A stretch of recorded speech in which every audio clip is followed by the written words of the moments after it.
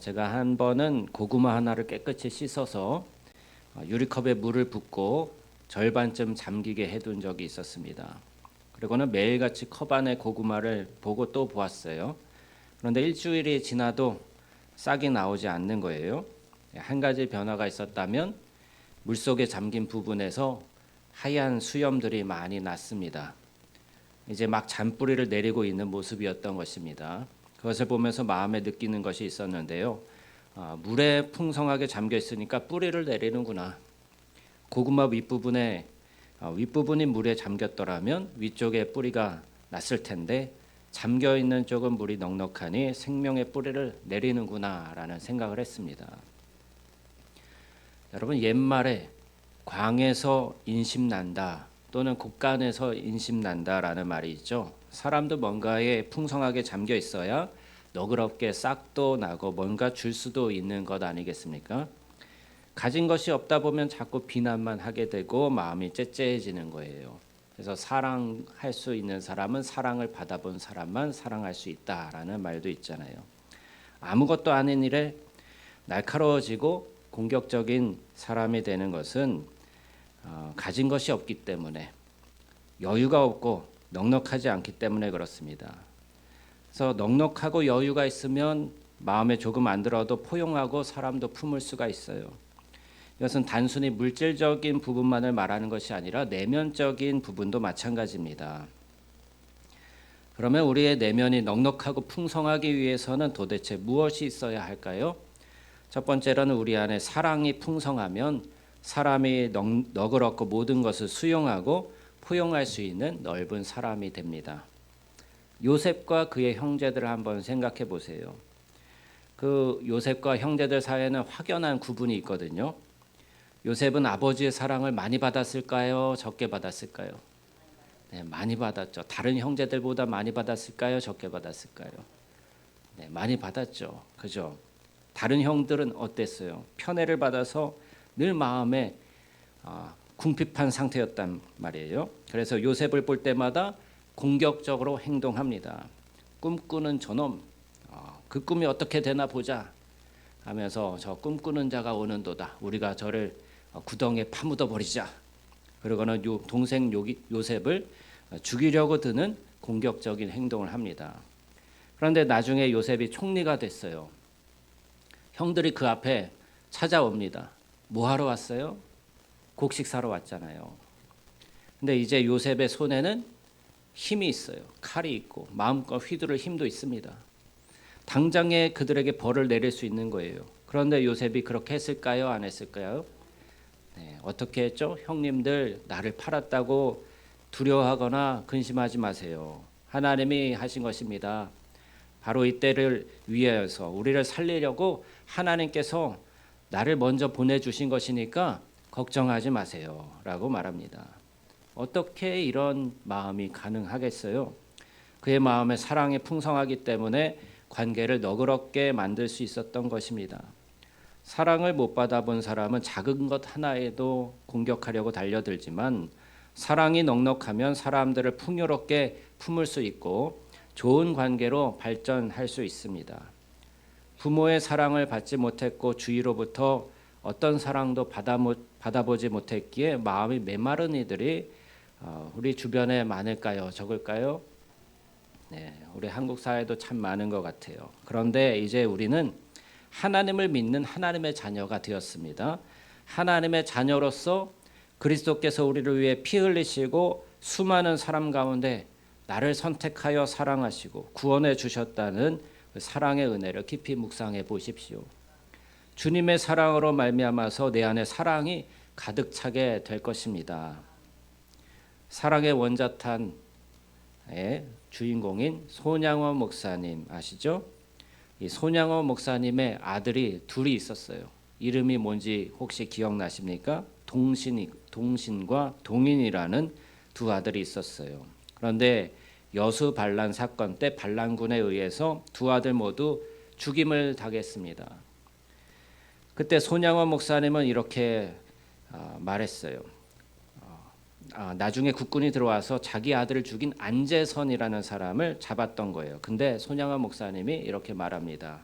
하나님께서 내 아들 동인이는 천국으로 일찍 데려가셨지만 내 아들들을 죽인 안제선을 또 다른 아들로 삼으라고 나에게 이런 환경을 주셨으니 그 아들을 새로운 아들로 내 호적에 올릴 겁니다. 그러고는 자기 아들들을 죽인 원수 안제선을 자기 아들로 입양했습니다. 가족들이 엄청난 반대를 하고 난리를 쳤다는 거예요. 그렇지만 이 손양원 목사님의 굳은 의지는 변함이 없었습니다. 어떻게 그런 넉넉한 마음이 있을 수 있습니까?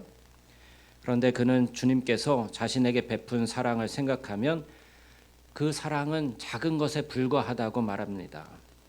예수님이 우리에게 베푸신 사랑의 감동이 내 안에 충만하면 넉넉한 사람이 될 수 있습니다. 예수 그리스도께서 날 위해 피 흘려 돌아가신 사랑의 지극한 은혜가 가득해야 합니다. 두 번째로 우리는 무엇에 넉넉해야 너그러운 사람이 될 수 있는가? 바로 하나님에 대한 믿음이 가득하면 여유 있고 너그러운 사람이 될 수 있습니다. 시편 27편의 시인은 이렇게 고백합니다. 여호와는 나의 빛이요 나의 구원이시니 내가 누구를 두려워하리요? 여호와는 내 생명의 능력이시니 내가 누구를 무서워하리요? 악인들이 내 살을 먹으려고 내게로 왔으나 나의 대적들 나의 원수들인 그들은 실족하여 넘어졌도다. 군대가 나를 대적하여 진칠지라도 내 마음이 두렵지 아니하며 전쟁이 일어나 나를 치려 할지라도 나는 여전히 태연하리로다. 할렐루야. 군대가 나를 치려고 대적하여 진을 칠지라도 내 마음이 두렵지 않고 전쟁이 일어나서 나를 치려고 할지라도 나는 여전히 태연하다. 여러분의 고백이 되기를 축복합니다. 두려워하지 마세요. 하나님이 함께 하십니다. 지금 이 시인이 겪고 있는 상황은 어떠한 거예요? 다윗이죠.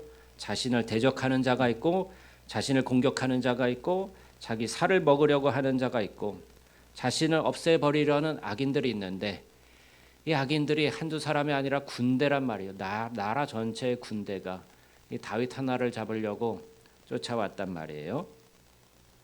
그런데 그는 지금 나는 여전히 태어나리로다라고 고백합니다.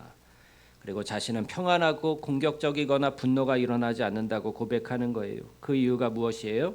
하나님은 나의 빛이요 나의 구원이시며 나의 능력이요 나의 피할 바이시기 때문에 그런 하나님을 생각하면 자신은 결코 걱정하거나 염려하지 않는다는 것입니다. 그러나 사울을 생각해 보십시오. 사울의 외모는 왕의 풍채를 지녔을지 모르지만 그 내면은 너무 좁았어요. 다윗이 골리앗을 죽이고 전쟁에서 돌아왔을 때 이스라엘 여인들이 노래를 부르잖아요. 사울이 죽인 자는 천천히요 다윗이 죽인 자는 만만히로다. 그렇게 다윗을 높이는 노래를 부르자 그 마음에 무슨 생각이 일어났습니까? 분노가 일어나고 시기와 질투가 일어난 거예요. 근데 사실 다윗은 사울의 시종과 같이 그렇게 섬기고 사울을 위해서 그 나라를 강성하기 위해서 나가서 목숨 걸고 싸워서 승리한 것인데 사울은 자기보다 더 잘 나가는 이 다윗, 자기보다 더 높임받고 칭찬을 받는 이 다윗에 대해서 시기와 질투가 일어나서 저놈을 그대로 두었다가는 내 후환이 두렵구나 라고 생각하면서 그때부터 다윗을 어떻게 하려고 해요? 죽이려고 하는 거예요. 그런데 다윗을 한번 보십시오. 자기를 죽이려고 하는 사울을 죽일 수 있는 기회가 있을 때에도 그의 부하들에게 사울을 죽이는 일을 절대로 금합니다. 여호와의 기름 부음 받은 자를 우리가 손댈 수 없다라고 말합니다. 나중에 다윗의 아들 압살롬이 다윗을 반역해서 쿠데타를 일으킨 적이 있어요. 아버지를 향해서 칼을 겨눈 것입니다. 그때도 다윗은 이렇게 이야기합니다. 내 아들 압살롬을 그냥 두어라. 절대 손대지 마라. 그리고 쫓겨가는 다윗을 향해서 사울 편에 섰었던 시므이라는 사람이 막 흙먼지를 날리면서 돌을 던지면서 저주받은 자야 막 떠나가라 하면서 그렇게 했단 말이에요. 그랬을 때 다윗의 이 시종이 저를 한 칼에 그냥 죽일까요? 그랬더니 다윗이 어떻게 합니까? 가만두어라 하지 않습니까? 가만두어라. 이것도 하나님이 하시는 일이 아니겠느냐라고 넉넉한 마음을 보여주는 것입니다. 압살롬이 죽었을 때 다윗은 흐느끼며 말했어요. 압살롬아, 압살롬아, 차라리 내가 죽었으면 좋았을 걸. 네가 죽었구나. 반역자를 향해서 이렇게 말할 수 있는 것은 그의 마음이 여유와 너그러움으로 가득했기 때문입니다. 그 마음에 하나님이 있었어요. 하나님을 향한 담대한 믿음으로 하나님이 어떻게든 하실 것이다. 죽으면 천국에 가는 것이고 살려주시면 주를 위해 사는 것이다 라는 마음으로 어떤 문제도 두려워하지 않고 염려하거나 조급함이 없었습니다.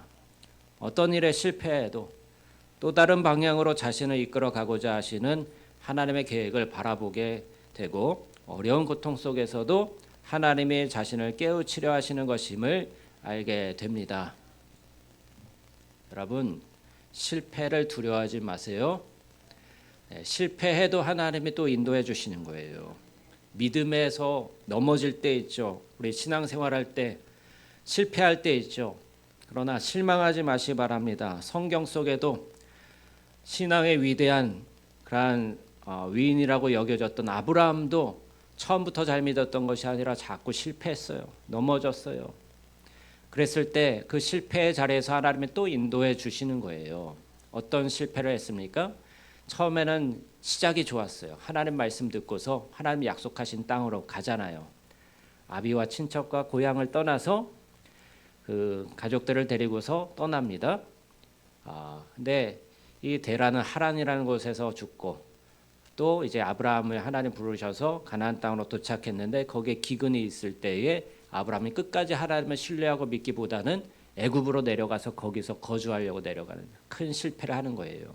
신앙상의 실패죠. 사라를 또한 자기 누이라고 속였다가 그 애굽 왕 바로에게 빼앗기고 완전히 하나님의 약속이 무산될 뻔했습니다. 그러나 하나님께서 개입하셔서 그를 건져주시잖아요.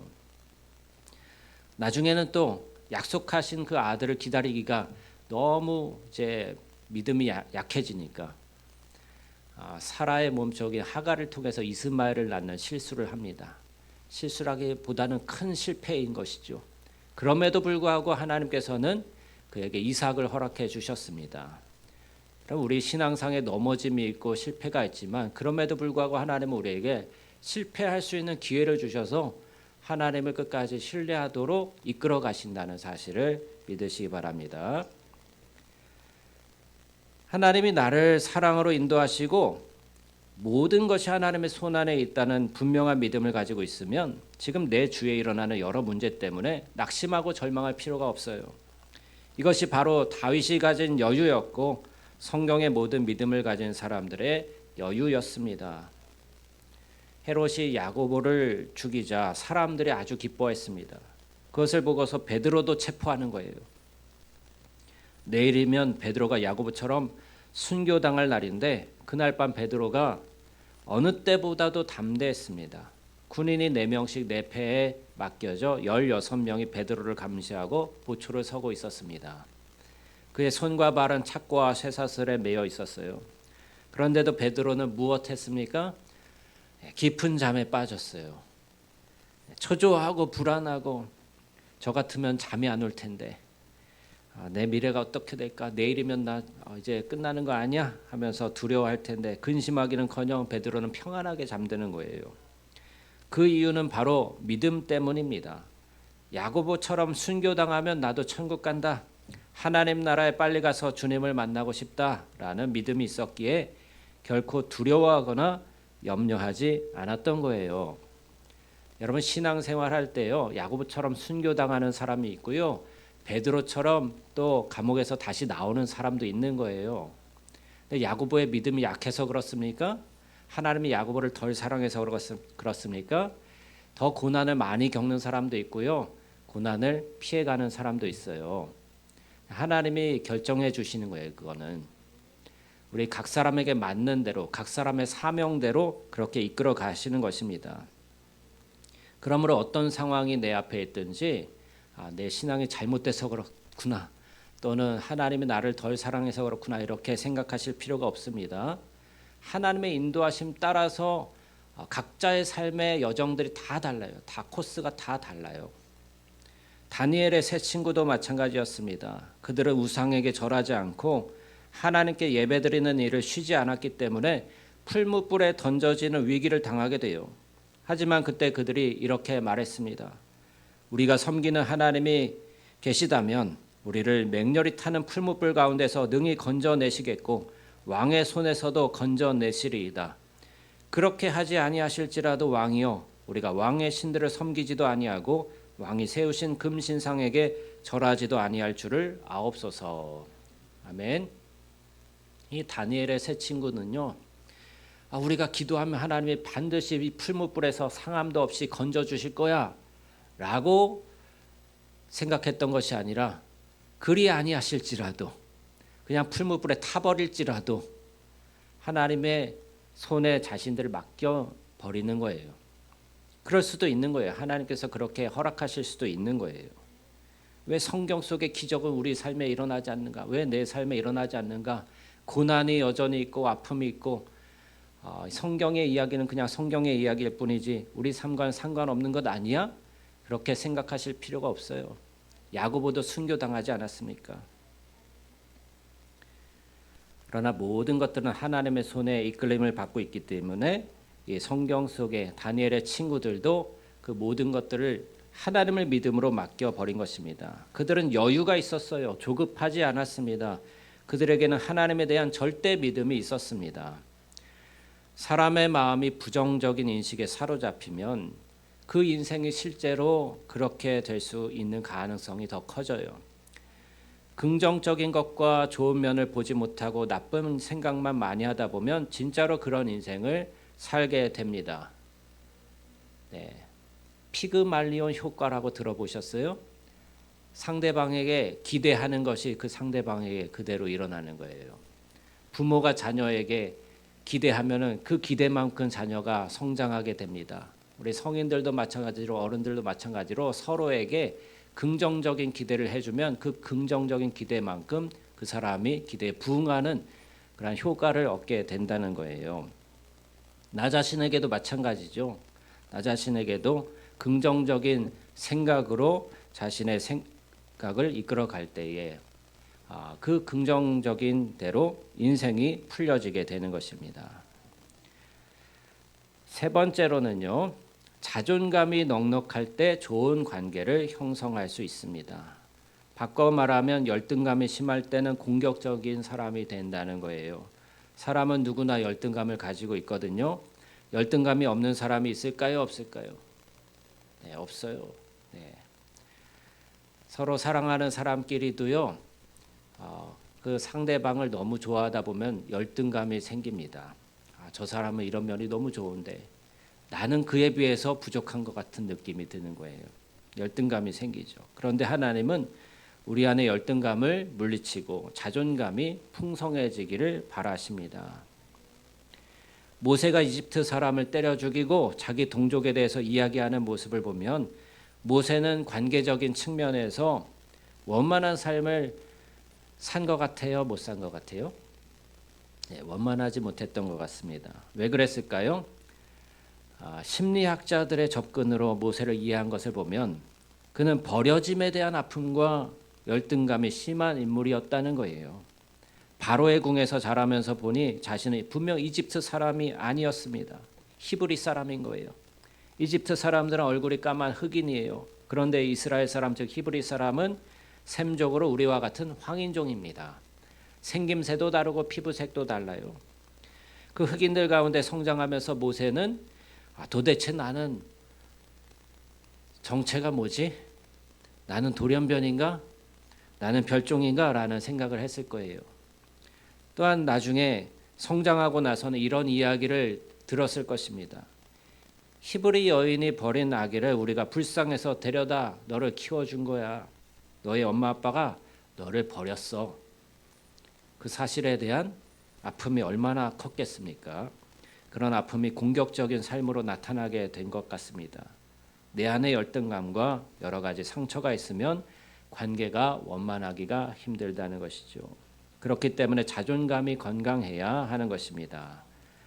바울은 이렇게 말했습니다. 누구든지 다른 이가 육체를 신뢰할 것이 있는 줄로 생각하면 나는 더욱 그러하리니 나는 8일 만에 할례를 받고 이스라엘 족속이요 베냐민 지파요 히브리인 중에 히브리인이요 율법으로는 바리새인이요 열심으로는 교회를 박해하고 율법의 의로는 흠이 없는 자라. 무슨 말입니까?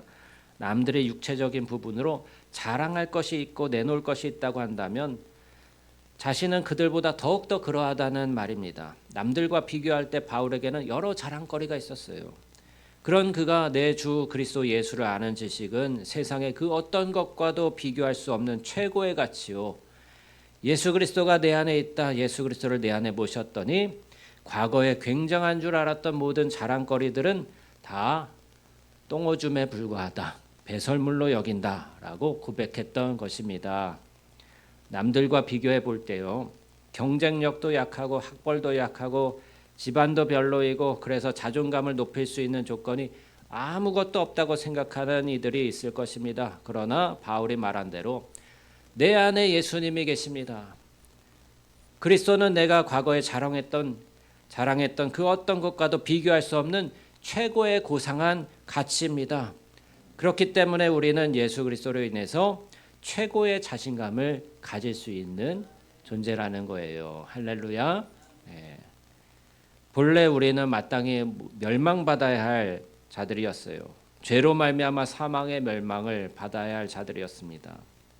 그런데 우리 주님께서 십자가에 못 박혀 돌아가시면서 우리 죄를 사해 주셨습니다. 너를 살려내려고 내가 대신 죽는다.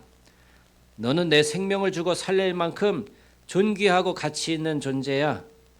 우리에게 이렇게 말씀하고 계신 것입니다. 말씀하셨을 뿐만 아니라 몸소 그렇게 행하셨습니다. 그러므로 여러분은 그만큼 존귀한 존재라는 사실을 믿어지십니까? 하늘문이 열리면서 비둘기 같은 성령이 임하시고 하늘에서 음성이 들려왔어요. 이는 내 사랑하는 아들이요 내 기뻐하는 자다. 그런데 사탄은 말합니다. 네가 하나님의 아들이냐? 그렇다면 이 돌들로 떡덩이가 되게 해보아라. 네가 하나님의 아들이냐? 저 높은 성에 올라가서 뛰어내려 봐라. 그러면 하나님의 아들이라는 증거로 천사들이 와서 너의 발이 돌에 부딪히지 않도록 만들어 줄 게 아니냐. 사탄은 계속해서 이렇게 예수님을 무너뜨리려고 했던 거예요. 근데 이 예수님에게 일어나는 일이 우리에게도 동일하게 일어납니다. 하나님께서 예수님에게 주신 이 음성을 우리에게도 들려주시는 거예요. 이는 내 사랑하는 아들이요 내 기뻐하는 자다. 여러분들에게 주님께서 그렇게 말씀하고 계신 줄 믿습니다. 근데 사탄도 여러분에게 자꾸 속삭이는 거예요. 네가 하나님의 자녀냐? 그렇다면 이 돌들로 떡덩이가 되게 해봐라. 부자가 되라. 성공해라. 그러면 하나님이 너를 사랑하시고 너가 하나님의 자녀라는 것이 증명될 것이다. 네가 하나님의 자녀인데 왜 이렇게 어렵고 왜 이렇게 고생하고 왜 이렇게 세상에서 별 볼 일 없이 사느냐. 이렇게 속삭이고 우리의 자존감을 무너뜨리려고 하는 거예요. 우리의 마음을 계속 뒤흔듭니다. 너는 형편없다. 너는 부족하다. 다른 이들을 봐라. 다들 얼마나 잘 사냐. 자존감의 파괴는 사탄이 원하는 것입니다. 나는 쓸모없고 하찮은 존재다라는 생각에 젖어들어 참으로 메마른 감정의 사람이 되게 하고 다른 사람을 향해서는 공격적인 사람이 되게 만드는 거예요. 그러나 주님은 우리를 향해서 이렇게 늘 말씀하십니다. 너는 내 사랑하는 아들이다. 너는 내 딸이다. 하나님의 아들이요 하나님의 딸이라는 사실이 얼마나 우리를 기쁘게 하는 것입니까? 요즘 학교의 아이들이요 부모님 직업이 무엇인지 서로 다 공개가 되고 아파트 몇 평에 사는지도 서로 다 알아서 아이들이 수치심을 느낀대요. 넓은 평수 아파트에 살고 부모님이 무슨 기업의 회장님이다 하면 친구들이 다 그 친구를 부러워하고 가까이 지내려고 하고 반대로 작은 집에 살고 부모님 직업이 별 볼 일 없다고 느껴지면 그런 아이는 길을 못 펴고 다른 아이를 부러워한다는 것입니다. 그런데 하나님이 우리를 향해 너는 내 아들이고 너는 내 딸이라고 말씀해 주십니다. 학교의 그런 풍습은 별로 건강하지 못하고 좋지 못한 것이죠.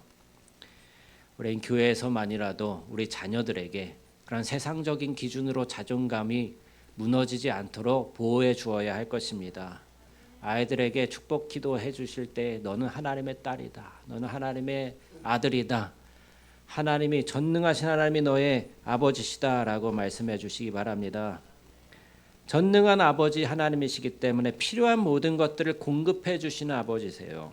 이런 아버지가 우리 아버지신데 우리가 어디를 가든지 두려워하고 염려할 게 있겠습니까? 이 믿음을 소유한다면 우리 안에 자존감이 풍성해지는 것입니다. 자존감의 문제로 결코 주눅들지 마십시오. 우주 만물을 창조하신 아버지가 내 아버지야. 그 어마어마한 부자가 내 아버지시고 내가 그 아버지의 아들이야. 내가 그 아버지의 딸이야 라고 생각하십시오. 이런 마음으로 살아가면 비굴해지지 않고 넉넉한 마음으로 인생을 살아갈 수 있습니다. 우리 안에 이런 넉넉함이 있어야 다른 사람에게도 넉넉한 마음으로 베풀고 좋은 관계가 형성되는 거예요. 말씀을 정리하겠습니다. 우리의 마음이 하나님의 사랑으로 가득해지기를 바랍니다. 하나님에 대한 믿음으로 가득 차기를 바랍니다. 하나님의 아들, 딸이라는 자존감으로 가득 차기를 바랍니다. 이제 넉넉한 마음으로 남들에게 나눠 주십시오. 물속에 풍성이 잠겨 있음으로 인해서 싹이 나고 열매를 맺듯이 우리 안에 풍성함이 가득하다면 가지고 있는 것을 나누어 줄 수 있어야 합니다. 또한 어떠한 비난이나 공격을 들을지라도 그것을 품을 수 있고 너그러운 모습으로 받아들일 수 있는 넉넉한 존재가 되실 것입니다. 기도하겠습니다. 우리 함께 통성으로 기도할 때에